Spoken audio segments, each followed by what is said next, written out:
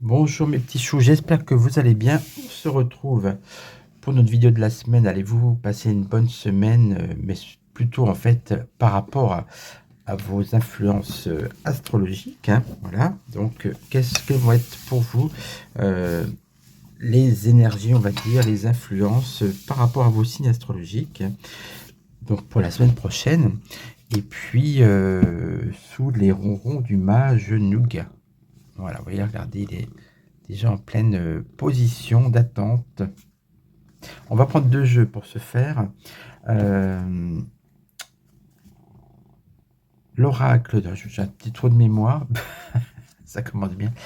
L'oracle de la roue de la fortune, je crois que c'est ça. Attendez, je regarde le petit pochon. L'oracle, non, bah non, l'oracle de la roue du destin, vous voyez. On n'est pas dans le jeu la roue de la fortune. Donc l'oracle de la roue de destin, du destin de Joanne, que vous pouvez vous procurer sur le site Essence Mana, avec mon code de remise FIL20, hein, c'est facile à retenir.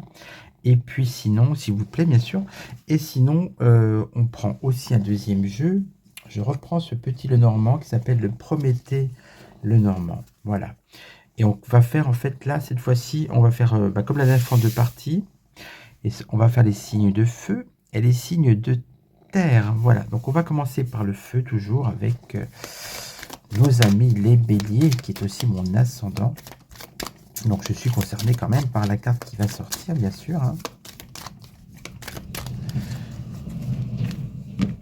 Allez, donc on va prendre 3 cartes. Bélier, Lion. Non, une carte, ça suffit. Et puis, les Sagittaires. Voilà. Donc, ensuite, on prend le petit Lenormand.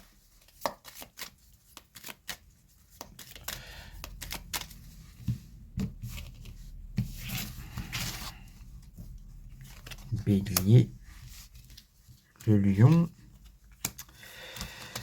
et le Sagittaire. Alors, qu'est-ce que ça donne? Pour les béliers, c'est parti. Oh, on a l'amour, au moins l'affection minimum, hein. Cette carte de l'amour, il faut un petit peu la développer. Amour, affection, amitié, enfin en tout cas, on est dans les bons sentiments et dans la bienveillance également. C'est Noël qui arrive sûrement. Et puis on a une dame. Bon, alors ça peut... Alors, je sais que c'est réducteur, je le dis souvent, les personnages devraient les ôter avant, peu importe. Moi, vous voyez ces jolies photos. Je vais reprendre une autre carte pour les béliers. Le trèfle, c'est la chance. Bah, écoutez, franchement, je vois pas de quoi vous plaindre pour la semaine prochaine entre amour et chance. Pour moi, c'est une bonne semaine. C'est le préparer l'avant. Voilà, vous êtes dans un meilleur état d'esprit peut-être. Donc, la douceur et la chance revient. Pourquoi pas jouer aussi, on ne sait jamais. Allez. Nos amis les lions qui rugissent, en général, top secret. Tiens, tiens, tiens. Alors, bon, on va voir la deuxième carte directement. Les oiseaux. Ah, alors les oiseaux, c'est la communication, c'est des bribes de conversation, c'est des choses. Vous apprenez clairement le message, là, il apparaît. Vous apprenez un secret, on vous confie un secret. Et mais bien sûr, hein, il serait bon de ne pas le divulguer. Donc en tout cas, vous apprenez quelque chose que vous ignorez précédemment. Et donc, c'est ni négatif ni positif, on va dire, hein. Bon, on va mettre 3 cartes d'ailleurs, je pense que ça sera mieux. On va faire ça.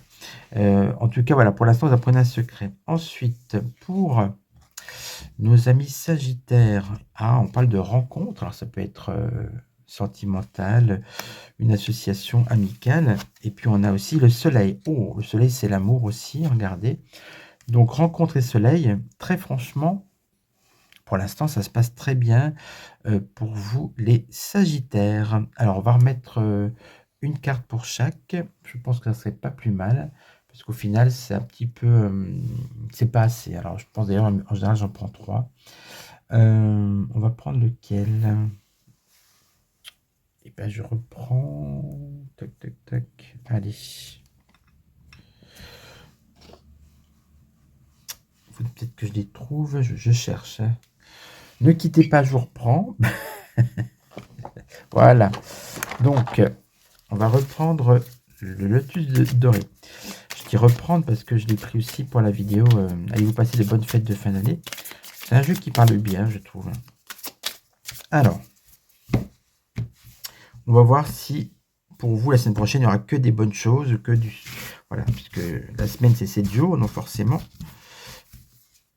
il peut y avoir d'autres choses qui se passent. C'est pas mal de faire 2 cartes et de remettre une 3e après, finalement. Je vais garder cette option. Voilà.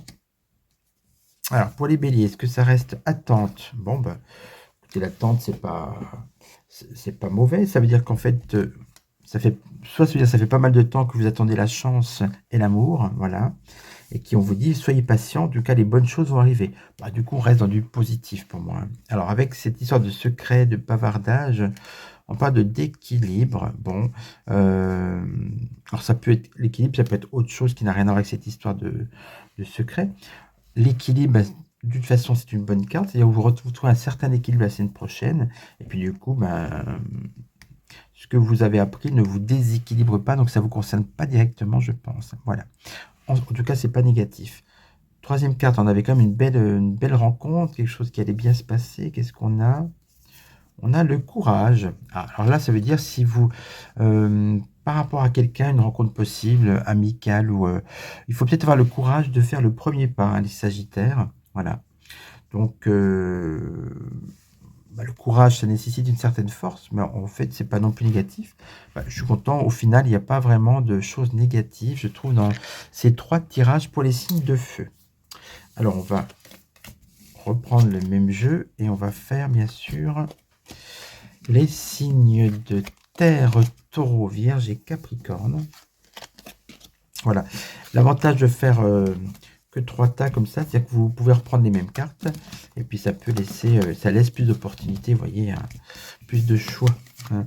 Parce que c'est vrai, quand on les retourne les 12 d'un coup, celui qui arrive en 12e, il a peut-être raté d'autres cartes qui auraient pu lui concerner, on ne sait pas. Donc je pense que comme ça, c'est mieux. Voilà. J'en avais discuté avec Miss Lulu Patatra, d'ailleurs, elle était d'accord avec ça. D'ailleurs, c'est elle aussi qui m'a suggéré également cette idée, mais de toute façon, sûr, c'est mieux. Voilà. Alors, on y va avec... on reprend. On va bien battre les cartes pour nos amis de la Terre. Taureau, Vierge, Capricorne. Allez. Oula. Je la prends à la sauter, mais je pense que vous n'avez pas vu. Taureau, Vierge, Vierge, Capricorne. Ok. Ensuite, le Prométhée, le Normand. On va bien le mélanger aussi. S'il y a un personnage, je l'ôterai.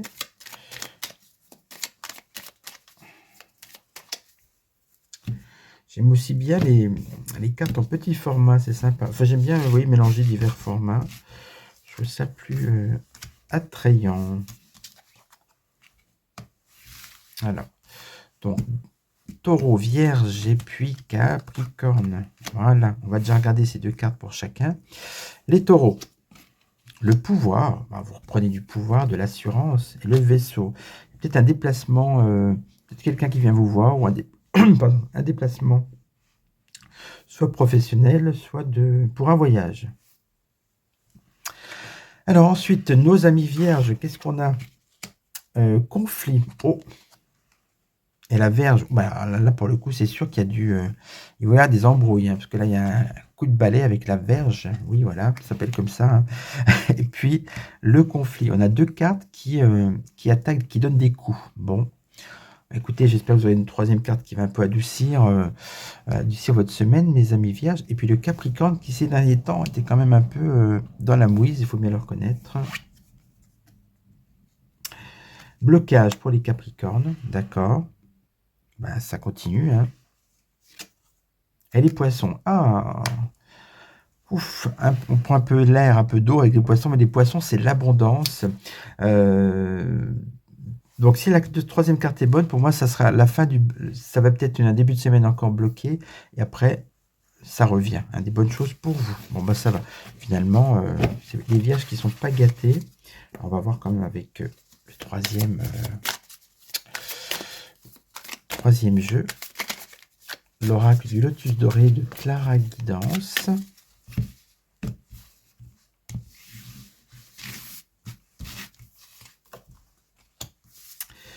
Taureau, Vierge et puis Capricorne. Est-ce qu'on retrouve un peu de positif là-dedans? Pour les taureaux, pour l'instant, ça allait. Libération. Bah oui, vaisseau, vous partez. Libération, vous reprenez. Bah, en fait, pouvoir, libération, j'allais dire, vous reprenez le pouvoir. Bah oui, libération, pouvoir et vaisseau. Vous quittez une sorte de... un état où vous étiez un petit peu étouffé, j'ai l'impression. Et puis, il y a une vraie libération pour vous, normalement, la semaine prochaine. Hein. Donc, vous voyez, si vous étiez dans une situation bloquée, normalement, ça va aller beaucoup mieux pour vous. Alors, est-ce que les vierges restent dans des choses négatives? Alors, masculin, vous savez, c'est trop réducteur. Je reprends une carte. Ange gardien, bon. Ouf, voilà. Donc, malgré les conflits, les coups, les choses négatives, les retours de bâton, tout ça qui risque de vous arriver, vous êtes quand même, on vous protège, faites appel peut-être à votre ange gardien. Au final, vous allez quand même réussir à passer cette épreuve. Pour les Capricornes, est-ce qu'on retrouve du négatif ou du positif? Le pardon. Bah, écoutez, blocage, poisson, pardon. Tout revient, on oublie cette mauvaise période ou les mauvaises choses qu'on vous a faites. Et puis, avec les poissons, l'abondance revient, les bonnes choses. Bah, écoutez, bon, finalement, c'est pas mal. Quand même, les taureaux, c'est vous qui avez le plus de chance cette semaine avec les béliers, du coup. Bon, et bien écoutez, pour cette vidéo, ça sera tout pour ces deux signes. Donc, le feu et la terre, et on va se retrouver pour une autre vidéo. Si vous êtes concerné soit par votre signe de naissance, votre ascendant, votre signe lunaire, on retrouvera les signes d'air et les signes d'eau. À tout de suite pour ceux qui vont me suivre.